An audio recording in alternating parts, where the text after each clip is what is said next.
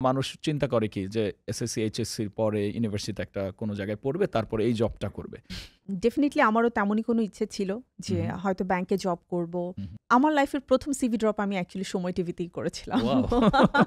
যারা actually CV drop করেছিল ওরা কেউ আর পরবর্তীতে এই প্রফেশনে আসেনি। এমনও হয় যে অনেকে এসে নামটাও কিন্তু জিজ্ঞাসা হুম, করে হুম। যে আপু আপনাকে তো অনেক দেখেছি কিন্তু নামটা মনে নেই। হুম, হুম।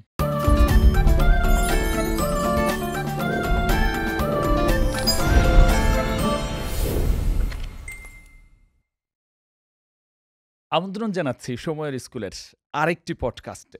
আমরা কিন্তু পডকাস্ট শুরুর আগেই বলেছিলাম, আমরা মিডিয়াতে যারা আপনাদেরকে আমন্ত্রণ জানাই বা বিভিন্ন কথা বলি, সেটি সংবাদে হোক, বিভিন্ন প্রোগ্রামে হোক, আমার আজকের যে রোল, এই রোলটিতে অনেক বেশি স্বনামধন্য এবং সবচেয়ে বড় কথা হচ্ছে তিনি আপনি ধরুন একটা বড় মিউজিক্যাল শোতে গেলেন অথবা কালচারাল বিভিন্ন প্রোগ্রামে যখন লাখ, লাখ মানুষের সামনে তিনি কিন্তু আপনাদেরকে আমন্ত্রণ জানান। কেবল এই যে স্টেজ পারফরম্যান্স না, স্টেজ পারফরম্যান্সের বাইরে তিনি কিন্তু টিভিতে নানা ধরনের হোস্টিং করেছেন, সেটি রেকর্ডেড হোক, লাইভ হোক এবং অনেক বড়, বড় মানুষ এবং বড়, বড় আর্টিস্ট যদি বলি, তাদেরকে তিনি ইন্টারভিউ নিয়ে আমাদের সামনে পরিচয় করিয়ে দিয়েছেন।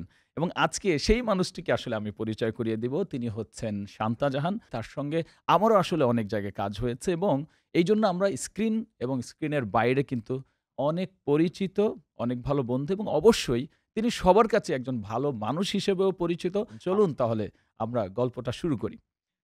শান্তা, আমি যেভাবে বলছিলাম, আ তুমি অনেক দিন ধরে হচ্ছে এই লাইনটা, এখন যদি আমি বলি যে প্রোগ্রাম অ্যাঙ্করিং বললেই সবাই চিন্তা করে যে তোমার শিডিউলটা পাওয়া যাবে কিনা? এই যে নিজের একটা অর্জন, এটি ফিল করতে আসলে শুরুতেই যদি বলো যে কেমন লাগে? আম এখনো কিন্তু আমি নার্ভাস থাকি। প্রত্যেকটা শো এর আগে নার্ভাস থাকি এইজন্য যে আসলে যে দায়িত্বটা আমাকে দেয়া হচ্ছে সেটা আমি প্রপারলি পারবো কিনা। এই যে তুমি বললে না যে আমার কথা ১ম এ হয়তো যাদের মাথায় আসে, তো আমার মনে হয় যে তারা তো আমাকে অনেক বিশ্বাস করছে।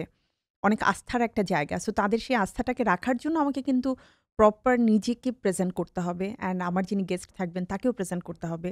সো আমাকে পড়াশোনা করতে হয় ওই গেস্টকে নিয়ে।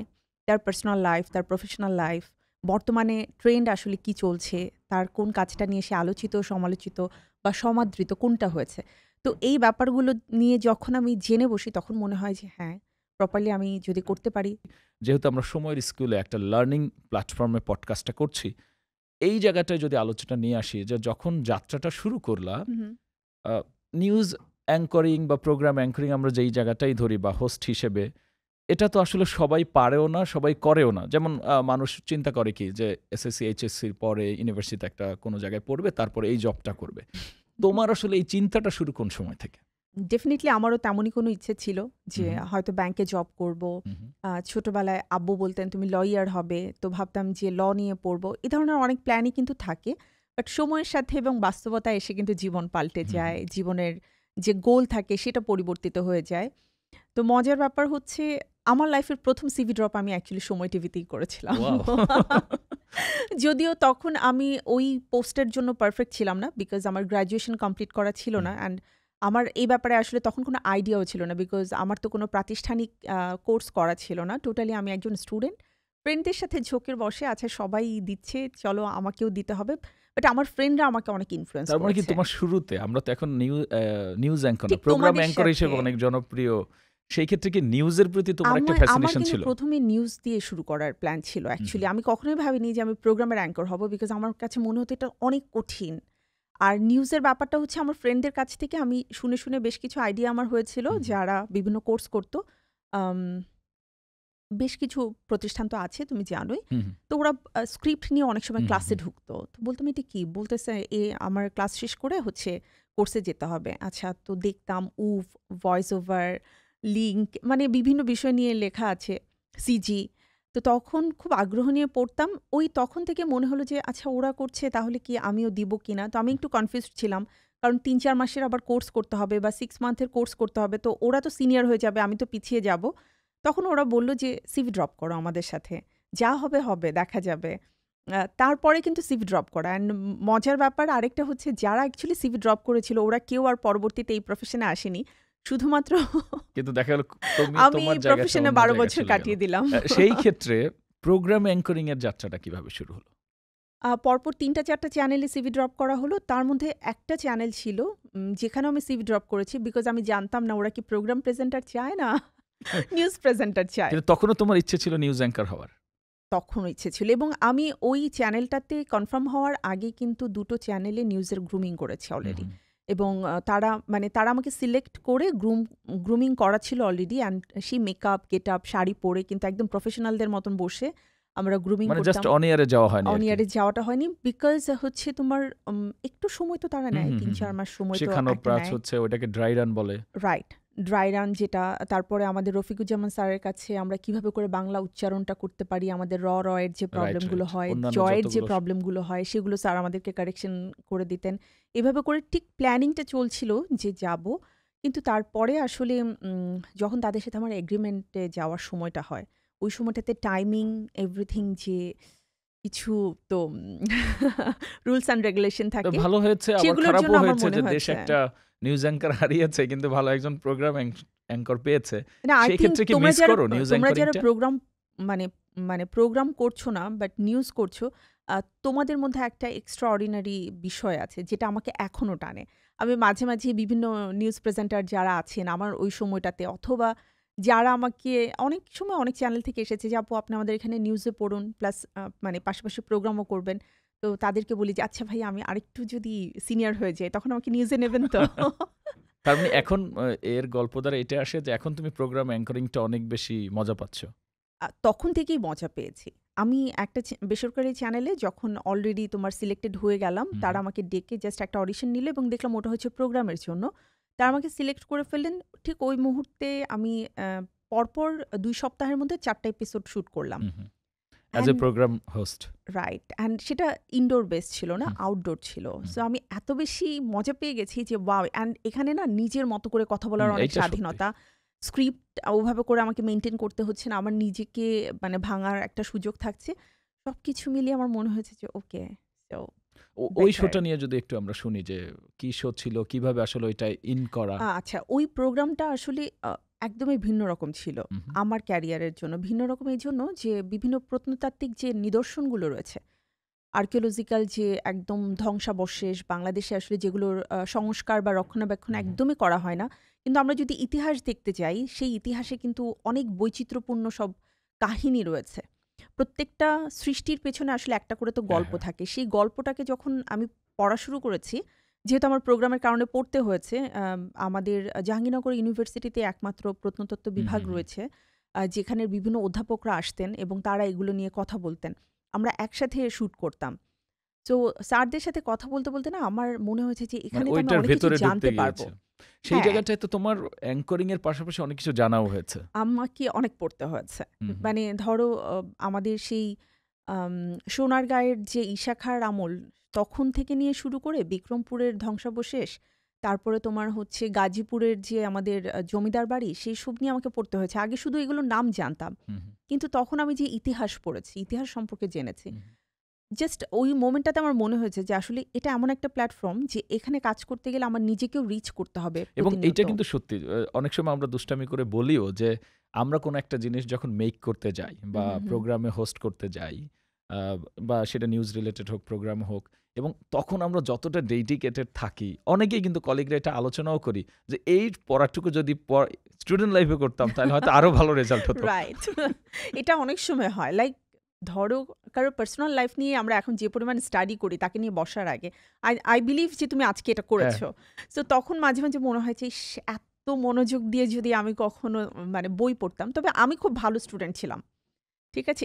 ইভেন আমি এখনো নিজেকে ভালো স্টুডেন্ট হিসেবে দাবি করি। বিকজ আমি জানি যে এখনো যদি আমার মানে স্টাডি নিয়ে আমি শুরু করি, আম যে আমি আবার নতুন করে পড়বো বা আমার যে ডিজায়ার একটা মানে ক্যারিয়ার আছে যে প্রফেশন নিয়ে পড়ার, আমি ডেফিনিটলি ভালো করব। তবে একটা জায়গায় মানে স্টুডিওতে শুট করা আর বাইরে শুট করা সবচেয়ে বড় চ্যালেঞ্জ আমি মনে করি। কারণ আমরাও তো নানা সময় বাইরে শুটে যাই।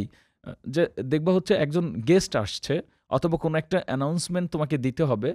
লেখা এত বিশ্রী থাকে বা কানে হয়তো দূর থেকে কেউ বলে গেছে, ওইটাকেই তোমাকে সুন্দর করে বলতে হচ্ছে। হ্যাঁ। এবং সেটা আসলে এই চ্যালেঞ্জটা আসলে কিভাবে উতরাও? এই চ্যালেঞ্জটা আমার ১ম বাইরের যে ইভেন্ট করা, টেলিভিশনের হুম, হুম। বাইরে এসে ইভেন্ট করা সেটাই অনেক চ্যালেঞ্জিং ছিল। আমি বলব প্রত্যেকটা ওই যে ঘটনা মানুষের লাইফের মোড় চেঞ্জ করে হুম, দেয়। হুম। আমার লাইফের ১ম ইভেন্ট আমার লাইফ চেঞ্জ করে দিয়েছে। যেমন? আমি ১ম ইভেন্ট যখন করতে গেলাম এটা আসলে আমার এক সিনিয়র কলিগ, বড় ভাই হিসেবে পরিচিত, তার মাধ্যমে আসলো এবং আমি ভাইয়াকে স্ট্রেইট বললাম যে, "ভাইয়া আমি তো কখনো ইভেন্ট করিনি। হুম, হুম। আসলে আমি জানি না কিভাবে করে কথা বলতে হবে।" বলল, "আরে তুমি পারবা। তুমি পারবা না তাহলে কে পারবে?" মানে ভাইয়া স্টুডিওতে অলরেডি আমার সাথে কাজ করে অভ্যস্ত, হুম, হুম। সে জানেন।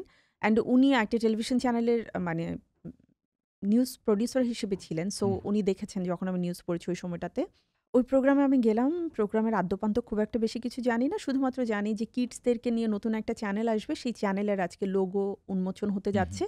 তো যারা থাকবেন তারা হচ্ছেন বাংলাদেশের সব শীর্ষস্থানীয় মানুষ। লেখক, কবি, আ জার্নালিস্ট, বড়, বড় আর্টিস্ট এবং সেই লোভটা আসলে সামলাতে পারলাম না। হুম, হুম। যে কথা না বলতে পারলে এটা তার দোষ। বিকজ আমি তো তাকে বলছি যে আমি এটাতে used to না।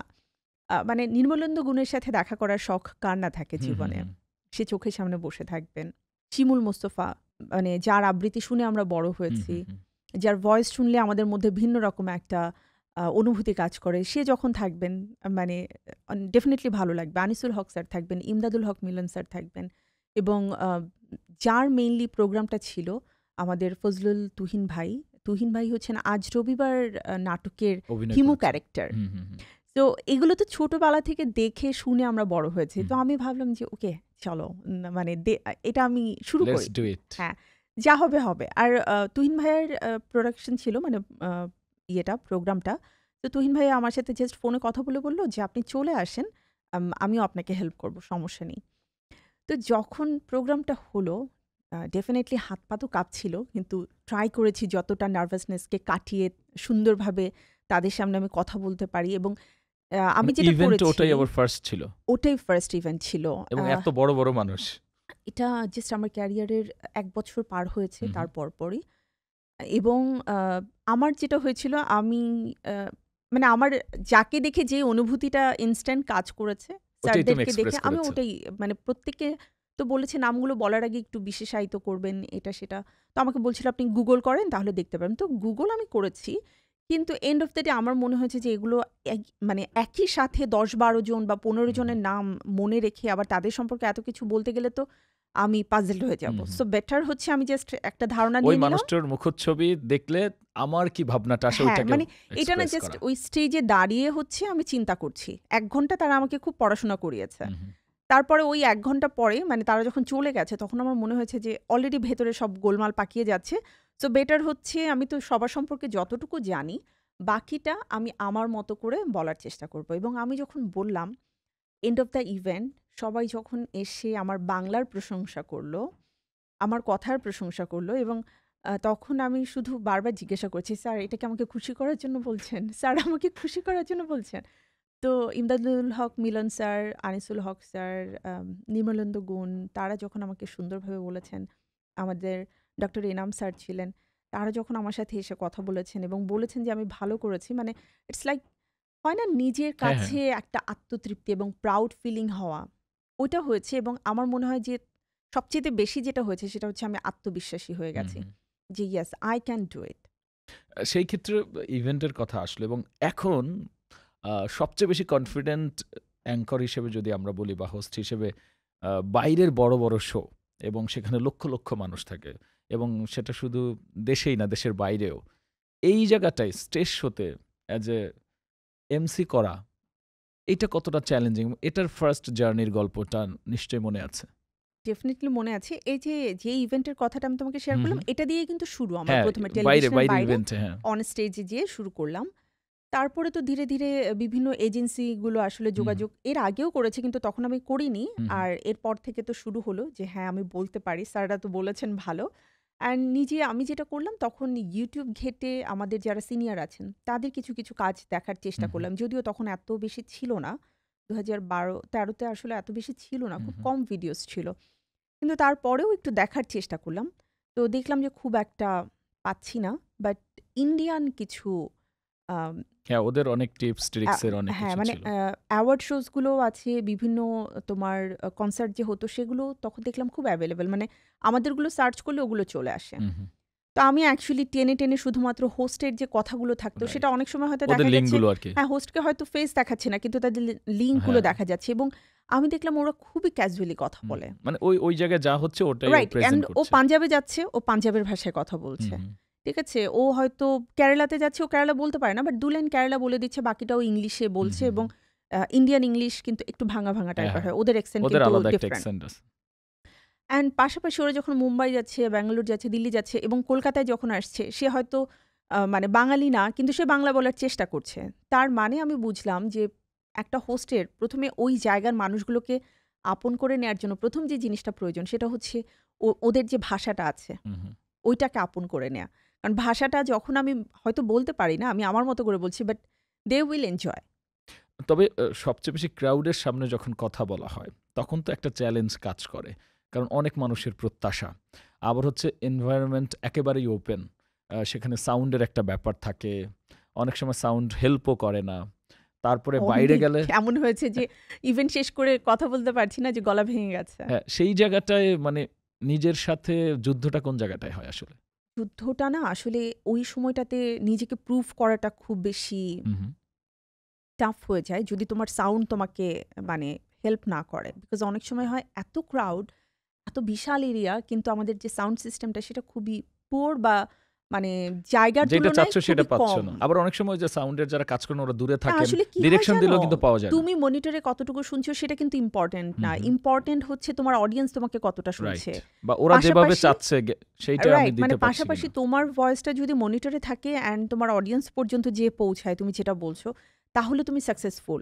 আদারওয়াইজ তুমি খুব ভালো বলছো, তুমি হুম, হুম। মনিটরে খুব ভালো শুনছো কিন্তু তোমার অডিয়েন্স তোমার কথা শুনছে না। হুম, হুম। মানে কিচ্ছু করার নাই। কিছুক্ষণ পরে ওরা তোমাকে শুনতেও চাইবে না। বাট আলহামদুলিল্লাহ আই এম সো ব্লেসড। আমি জানি না হ্যাঁ, সাউন্ড নিয়ে ডেফিনিটলি অনেক ঝামেলা হয়েছে। অনেক সময় আমি খালি গলাতেও কথা বলেছি। অনেক সময় এমন হয়েছে যে আমি বুঝতে পারছি যে শেষ প্রান্ত থেকে মানুষটা শুনতে পারছে না। কিন্তু আমি চেষ্টা করি তাদের সাথে আই কনট্যাক্ট করার। মানে কেন যেন আমার কাছে অলওয়েজ মনে হতো যে আমরা যখন স্টুডিওতে কাজ করি তখন তো ক্যামেরা থাকে ধরো নির্দিষ্ট পরিমাণ ৩ টা, ৫ টা, ৮ টা। কিন্তু যখন আমি মানুষের সামনে আছি প্রত্যেকটা চোখ কিন্তু একেকটা আলাদা করে ক্যামেরা। হুম, হুম। সো এই সবগুলো সবচেয়ে চোখ বড় আমাকে চ্যালেঞ্জ একসাথে ওটাই। দেখছে। অনেক সময় এমন হয় যে একদম পেছনে থাকা মানুষটাও কিন্তু অনেক ভিড় ঠেলে সামনে এসে বলে, "আপু আপনাকে আমি খুব পছন্দ করি। টেলিভিশনে আপনার কাজ দেখি অথবা একটা সেলফি তুলতে চাই।" এমনও হয় যে অনেকে এসে নামটাও কিন্তু জিজ্ঞাসা হুম, করে হুম। যে, "আপু আপনাকে তো অনেক দেখেছি কিন্তু নামটা মনে নেই।" হুম, হুম। কিন্তু আমি বিলিভ করি যে আজকের পরে সে আমাকে কখনো আর ভুলবে না। রাইট। কারণ সে আমাকে মনে রাখতে চেয়েছে বলে এত দূর হুম, ঠেলে, হুম, ভিড় হুম, ঠেলে হুম। সে আমার কাছে এসেছে। রাইট। ফার্স্টের দিনই এত বড়, বড় মানুষের কমপ্লিমেন্ট এবং হচ্ছে টেস্টিমোনিয়াল পাওয়াটাও তো নিজের অবশ্যই অর্জন। বিশাল বড় এইটা আসলে অর্জন। ডেভেলপ হয়েছে কিভাবে? ফ্যামিলি থেকে নাকি নিজে, নিজে? ফ্যামিলি থেকে। আমার আব্বু। আব্বু আমাদেরকে ছোটবেলা থেকে বই পড়াতেন। হুম, হুম। মানে ক্লাসের পড়াটাই আমি আব্বুকে ঘরে জোরে, জোরে পড়াতাম এবং আমার মনে আছে যখন ১ম স্কুলে ভর্তি হই, নতুন বই পাওয়ার পরে বাসায় এসে আব্বু আমাকে বাংলা বই বের করে ১ম এ আগে বলেছে, "একটা গল্প পড়ে শোনাও আমাকে, একটা কবিতা পড়ে শোনাও আমাকে" এবং আব্বু আমাদেরকে প্রচুর হচ্ছে গল্পের বইও কিনে দিতেন ছোটবেলায়। যখন স্কুলে যাইনি তখনই গল্পের বই পড়েছি এবং আমি আমার মানে খুব মজার ব্যাপার হচ্ছে আমি স্কুলে যাওয়ার পর আমি কিন্তু ক্লাস 1 এ ভর্তি হইনি, ক্লাস 2 তে ভর্তি হয়েছি। হুম, হুম। এটার রিজন হচ্ছে আব্বু এত বেশি মৌখিকভাবে শেখাতেন এবং বাসায় লেখাতেন এবং এত ফ্লুয়েন্ট আমি বাংলা উচ্চারণ করে পড়তে পারতাম রিডিং। আমার ওই টিচাররা আব্বুর খুব পরিচিত হুম, ছিলেন। হুম, হুম। হেড স্যার বললেন যে, "আচ্ছা ও তো সবই পারে, ক্লাস 1 এর পড়া তো আসলে অত বেশি না। ওকে ক্লাস 1 এ দিলেও এগুলো সব ভুলে যাবে। সো বেটার ওকে ক্লাস 2 তে দিয়ে দেন। যদি 2 তে দেখি যে খারাপ করছে তাহলে 2 তে আরেক বছর হুম, থাকবে, হুম। সমস্যা নেই, একই তো কথা। হুম, হুম। বাট ওর যা অবস্থা ও মনে হয় না থাকবে। ও অ্যান্ড তার মানে ১ বছর পত্রিকা লাইফে এগিয়ে পড়তাম। গিয়েছো। একদম এবং পত্রিকা পড়তাম তুমি জানো না। আ যখন আমি বোধহয় 3-4 এ পড়ি, ওই সময়টাতে আমি খুব ফ্লুয়েন্ট পত্রিকা পড়তাম। পত্রিকার শব্দ মানে শব্দের যে চয়ন বা শব্দের যে ব্যবহার সেটা কিন্তু তুলনামূলক একটু কঠিন। হুম, হুম, হুম। একটু অন্যরকম ভাষায় হয়। তোমার স্পেশালি ক্রাইম রিলেটেড হুম, হলে হুম। সেটা একরকম। যদি আমাদের বিনোদন রিলেটেড হয় সেটা একরকম ভাষা হয়। স্পোর্টস হলে আরেক রকম। স্পোর্টস হলে আরেক রকম হয়। তো আব্বু হচ্ছেন, "তুমি পড়ো আমি শুনতেছি।" বাট তখন সবকিছুই আসলে পড়তে হচ্ছে। বুঝতাম না হুম, হুম, হুম। যে কেন আব্বু পড়াচ্ছে বা কি কারণে। আব্বুও হয়তো চিন্তা করতেন যে আমার মেয়ে সুন্দর করে কথা বলা শিখুক। এটা একটা ব্যাপার ছিল। আর তারপরে যেটা হয়েছে স্কুলে রেগুলার হয়ে গেছি। স্কুলে রিডিং পড়ার জন্য তো একজন বা দুজন ফিক্সড হুম, থাকে। হুম, তো হুম। সেটা ছিলাম আমি যে হ্যাঁ, ওই যে পড়ো। আগে টিচাররা যখন আরকি পড়া ধরতেন হ্যাঁ, তখন বলতেন, "এই তুমি পুরোটা পড়ে হ্যাঁ, শোনাও।" বা মানে অনেক সময় ব্ল্যাকবোর্ডের এমনও সামনে হতেন আসো। টিচার বলবেন ব্যাখ্যা না দিয়ে, ওই এতটুকু পড়া সুতরাং তোমরা একজনে পড়ে শোনাও। রাইট। সো তার মানে এইগুলো না প্রেজেন্টেশন আসলে কিন্তু তাহলে সেই সময় থেকে আসলে শুরু। হ্যাঁ, এবং আরেকটা জিনিস হতো সেটা হচ্ছে স্কুলের কোনো দাবি-দাওয়া, কোনো লিখিত মানে যা কিছু দরকার সেটা পড়ে শোনাতে হবে। হ্যাঁ, ওই যে বিদায়ী হেড স্যার, প্রোগ্রামগুলোতে মানপত্র বা প্রিন্সিপাল, অন্যান্য যে এইগুলো থাকে পড়া। রাইট। কারো বিদায় এভরিথিং সবকিছু হচ্ছে স্টেজে আমাকে পড়তে হতো এবং আমি স্কাউটিং করেছি ক্লাস 8 পর্যন্ত। ওই সময়টাতে স্কাউটদেরও কিন্তু একটা ভয়েস রেজ করার ব্যাপার থাকে। হ্যাঁ, হ্যাঁ। আমি ড্রাম প্লে করতাম। সো ওই সময়টাতে যে জোরে চিৎকার করে হুম, কথা হুম, বলা, হুম। বিভিন্ন কমান্ড দেয়া, এই কাজগুলো সব মানে আমাকে করতে মানুষের সামনে হয়েছে। নিজেকে প্রেজেন্ট করাটা এবং এই সূত্র ধরেই কিন্তু আমাদের বলা দরকার ভয়টা সেটা। কেটে গেছে বোধহয় আমার ছোটবেলাতেই, হুম, হুম। বুঝছো? কারণ ২৬শে মার্চের প্রোগ্রামে যখন যেতাম, মাননীয় প্রধানমন্ত্রী, প্রেসিডেন্ট তারা কিন্তু তখনই আছেন। হুম, হুম, তো হুম। তাদের সামনে আমরা প্যারেড করে যাচ্ছি। ওই সময়টাতে কিন্তু স্কুলে এবং অনেক হোস্ট বাচ্চা করার থাকে, জন্য বা সবাইকে কিন্তু অ্যাঙ্করিং নেয় এর না। জন্য এই ভয়টা জয় করাটাই কিন্তু সবচেয়ে বড় অনেক ব্যাপার। বেশি গুরুত্বপূর্ণ। তবে ওই যে তারপরে তো একটা লম্বা গ্যাপ ছিল। আর যেহেতু কোনো ভাবনা ছিল না। লার্নিং এর জায়গাটায় আমাদের যারা হোস্ট করেন, বিশেষ করে প্রোগ্রাম অ্যাঙ্করিং করেন, এই যে নিজের ফ্যামিলি থেকে শেখা বা বাইরে থেকে শেখা অথবা কোনো কোর্স করে শেখা, আর এখন তো অনলাইনে নানা মাধ্যম আছে। হয়তো সামনে তোমাকেও একটা জায়গায় শেখার একটা হতে পারে। শেখানোর ব্যাপারটাকে তুমি কিভাবে ব্যাখ্যা করো? মানে শেখাটা কতটা জরুরি? শেখার কোনো শেষ নেই। মানে তুমি যত বেশি জানো তোমাকে তত বেশি শিখতেও হবে।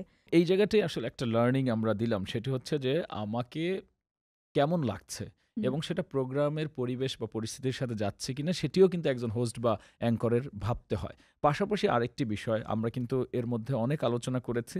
সেটি হচ্ছে আমরা যদি একটু প্রোগ্রামকে ভাগ করি, হুম, যেমন আমরা হচ্ছে টিভিতে লাইভ প্রোগ্রাম করি। পাশাপাশি বাইরে ইভেন্ট শো, সেটি কোনো ধরনের ফেস্টিভ্যাল হতে পারে, আবার কোনো ধরনের কালচারাল অনেক ইভেন্ট হোক, ধরনের যেকোনো কিছু কর্পোরেট হোক। হয়, আবার পিএম রেকর্ডিংও প্রেসিডেন্টের নানা প্রোগ্রাম ধরনের হয়। কিছু হুম। করি। এই প্রোগ্রাম অনুযায়ী নিজেকে সেট করো কিভাবে?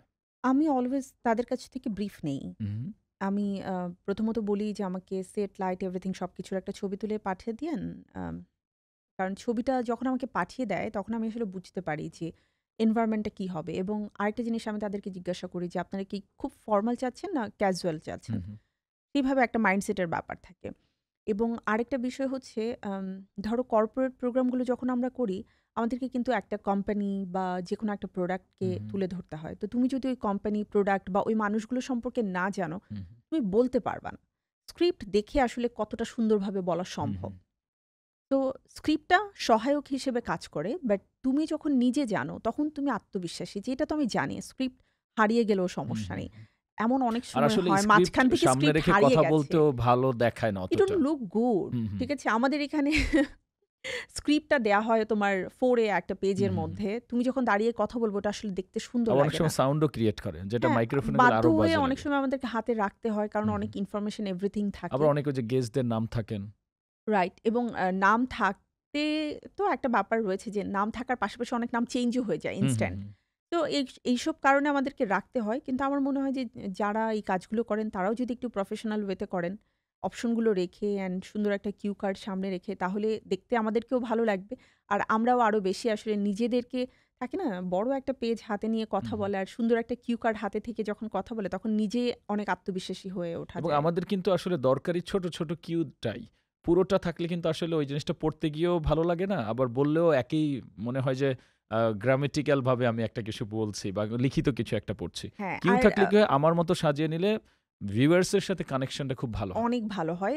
মানে ভিউয়ার্স যদি তুমি বলো তাহলে কিন্তু ১ম রোর ১ম সারির যিনি চিফ গেস্ট হুম, থাকেন হুম। সে থেকে নিয়ে শুরু করে তোমার পেছনের সবাই। সারিতে যিনি আছেন, সেও কিন্তু ইম্পোর্টেন্ট। কারণ তাদের জন্যই এই প্রোগ্রামগুলো হুম, হুম। অর্গানাইজ করা হয়।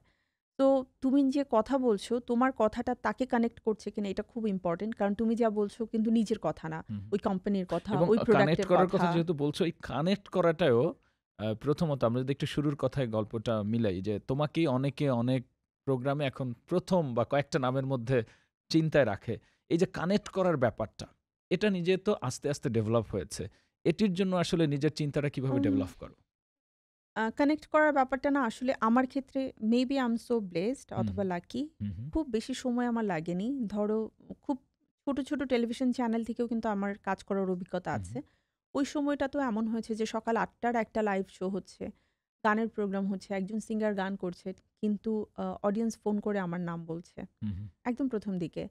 যে, "শান্তা আপনার অ্যাঙ্করিং খুব ভালো লাগে, হুম, দেখার হুম। জন্য বসে থাকি" এবং তখন শুনতে এত বেশি ভালো লাগতো। কেন জানো? কারণ আমরা তো এফএম এর যুগে বড় হুম, হয়েছি, হুম, তাই না? হুম, হুম। এফএম রেডিওতে ওই যখন সময় আরজেরা অনেক জনপ্রিয়। হ্যাঁ, যে আরজেদেরকে ফোন করে যখন বলছে যে আপনার সাথে মানে আপনার সাথে কথা বলছি এটা ভাবাই যাচ্ছে না। হয়তো আমিও কখনো না কখনো ভেবেছি যে এই আরজেকে ফোন দিয়ে আমি হুম, একদিন হুম, একটু হুম। কথা বলব। বা ধরো অনেক সময় অনেক গানের প্রোগ্রামে ফোন করে কেউ হয়তো নিজের যে ভালো লাগাটা আছে সেটাকে তারা মানে শেয়ার করেন। প্রকাশ করছে। তো এই ব্যাপারগুলো যখন আমার সাথে ঘটা শুরু করলো, মানে তখন ভালো লাগা তো কাজ করেছে এবং তখন মনে হচ্ছে যে হ্যাঁ, আমাকে অলওয়েজ এতটাই আম মানে এমনটাই থাকতে হবে। তখন কিন্তু এত কিছু ভাবিনি যে আমাকে অনেক নেম ফেম, অনেক টাকা পয়সা, লাইক স্টারডম, সেলিব্রিটি হতে হবে। এইসব ভাবনা আমরা কিন্তু যদি ছিল কয়েকটা না টিপস কখনো। এবং ট্রিকস শেয়ার করি সংক্ষেপে, সেটা হচ্ছে আমরা ড্রেস সেন্স নিয়ে বা লুক নিয়ে কথা বলছিলাম। হু, হু। অন্যদের জন্য কি টিপস দিবা ড্রেস এবং লুক নিয়ে ঠিক রাখতে বা নিজেকে প্রিপেয়ার করতে? এখন তো সবাই অনেক মডার্ন। হুম, হুম, তবে বাংলাদেশের প্রেক্ষাপটে আমাদের নারীদেরকে যেভাবে উপস্থাপিত হলে বেশি সুন্দর লাগে, আমাদের সেই ব্যাপারটা আগে খেয়াল রাখা উচিত। হুম, কারণ তুমি যখন টেলিভিশনে কাজ করছো, শুধুমাত্র গুটি কয়েক মানুষের জন্য তুমি আসলে না। হুম, হুম, আমি একজন প্রেজেন্টার হিসেবে কিন্তু আমি বাংলাদেশকে হুম, হুম। রিপ্রেজেন্ট করি। ১৮ আমার কোটি জাস্ট একটা মানুষের পছন্দ জন্যই আমি আমি। চাপাই দিতে পারব না। রাইট, বা আমার ভালো লাগাটাই আমি করতে পারব না। হুম, হুম।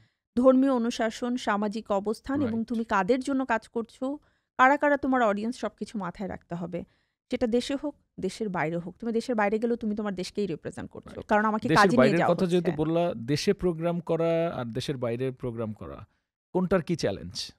দেশের বাইরে চ্যালেঞ্জ হচ্ছে ওখানে অনেক লিমিটেশন থাকে। হুম, হুম, অনেক লিমিটেশন থাকে, অনেক মানে যারা অর্গানাইজার তাদের আসলে অনেক কষ্ট হয়। কিন্তু আসলে অতটা বেশি অর্গানাইজড তারা থাকে হুম, না। হুম, একটা পর্যায়ের পরে যেয়ে পুরো স্টেজ আর্টিস্ট ম্যানেজমেন্ট থেকে নিয়ে শুরু করে সবকিছু মাথায় নিয়ে নিতে হয়। হুম, হুম, এমনও হয়েছে যে পরের দিন প্রোগ্রাম শারজাহ স্টেডিয়ামে, আগের দিন বসে রাত্রেবেলা সেট ডিজাইনও আমি চেঞ্জ করে দিয়েছি। হুম, বিকজ হুম, তারা যেভাবে করে করছে এলইডি এভরিথিং সবকিছু আছে কিন্তু ডিজাইনটাই সুন্দর না। হুম, হুম, তো যারা গিয়েছে ক্রু অ্যান্ড ওখানে আরেকটা ব্যাপার হচ্ছে তোমার ভাষাগত একটা হুম, হুম। প্রবলেম আছে। যে তুমি যেভাবে করে বলছো আসলে তারা আদৌ সেটা বুঝে রাইট। কিনা। অনেক সময় ইন্দোনেশিয়ান হয়তো এসেছে। ওরা অত ভালো ইংলিশও বোঝে না।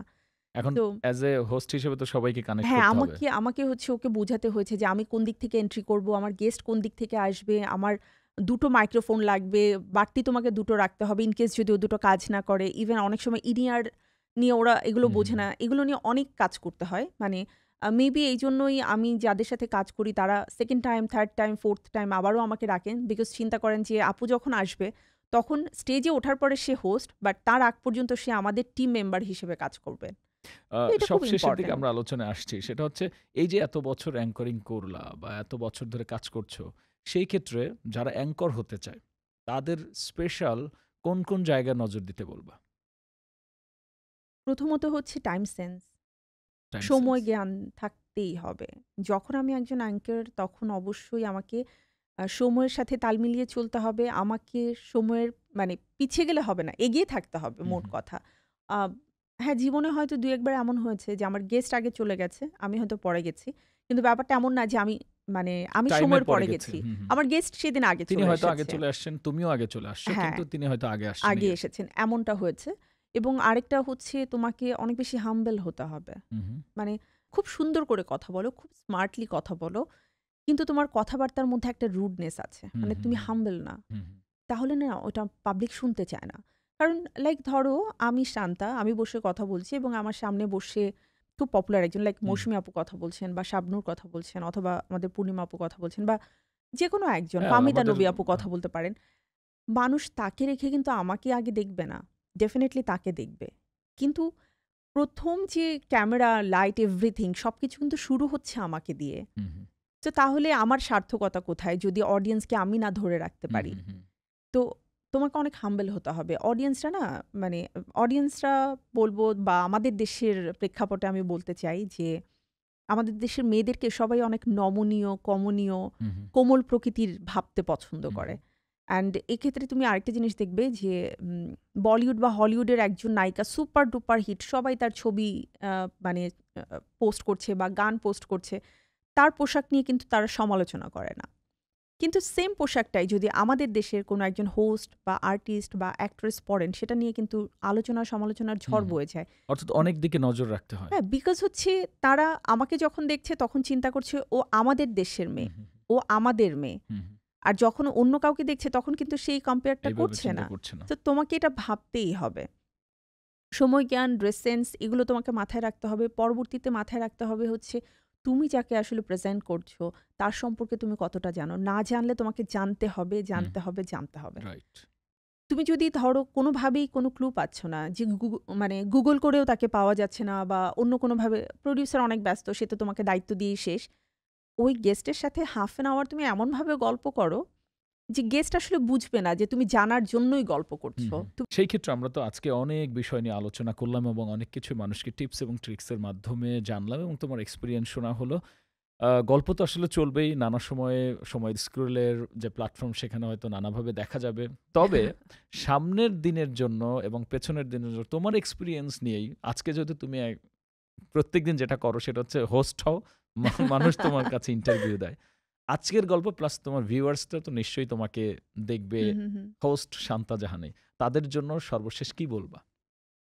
আহ যারা আমাদের এই প্ল্যাটফর্মে কাজ করতে চায় তাদের জন্য ১ম আমি যেটা বলব সেটা হচ্ছে মানে বেশি ভাবলে পিছিয়ে পড়তে হয়। হুম, হুম, তার চাইতে ভাবনাটাকে মানে তোমার মাথায় ভাবনাটা আসার সাথে, সাথেই সেটাকে এক্সিকিউট করার চেষ্টা করে যেতে হবে। হুম, হুম।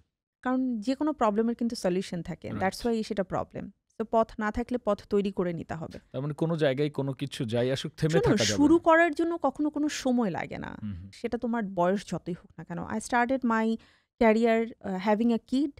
আমি তখন স্টুডেন্ট অ্যান্ড হচ্ছে মানে ফ্যামিলির দায়িত্ব অনেক কিছুর ব্যাপার ছিল। কিন্তু আমার কখনো মনে হয়নি যে আমাকে থেমে যেতে হবে এবং আমি যখন মিডিয়াতে আসলাম, কাজ করতে শুরু করলাম, অনেক নেগেটিভ কথা আমাকে শুনতে হয়েছে। ৩ বছরের ক্যারিয়ার, ৫ হুম, বছরের হুম। ক্যারিয়ার এবং ওটা করে জাস্ট ১২ বছর ক্রস করে কিন্তু কিন্তু দেখা গেল ১৩ এখন বছর ১ আমার যুগ পার চলছে। করা হয়ে গেছে। হ্যাঁ, এখনো আমাকে শুনতে হয় যে আর তো ২-৩ বছর। হুম, হুম। তো আমি জাস্ট হেসে উড়িয়ে দিই এবং মনে, মনে ভাবি যে মানে আমি আমার নিজের ডিসিশন নিব যে আমি আসলে ২ বছর কাজ করব না আরো ২০ বছর কাজ করব।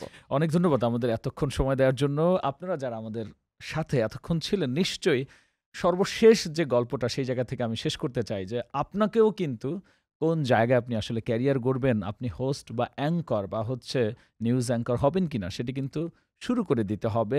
দেখবেন এই শান্তার মতো হয়তো আপনি নিউজ অ্যাঙ্করে শুরু করেও একজন জনপ্রিয় প্রোগ্রাম হোস্ট বা অ্যাঙ্কর হয়ে যেতে পারেন। এই ছিল আমাদের আজকের গল্প। নানা সময় হয়তো শান্তার সঙ্গে দেখা হবে, কথা হবে এবং একই সাথে সময়ের স্কুলেও হয়তো তিনি আপনাদেরকে মেন্টরিং করবেন সামনে কিভাবে আপনি আসলে একজন প্রোগ্রাম অ্যাঙ্কর হয়ে উঠবেন। সেই যাত্রায় অগ্রিম স্বাগত জানিয়ে শেষ করছি আজকের সময়ের স্কুলের শান্তার সঙ্গে এই বিশেষ পডকাস্ট।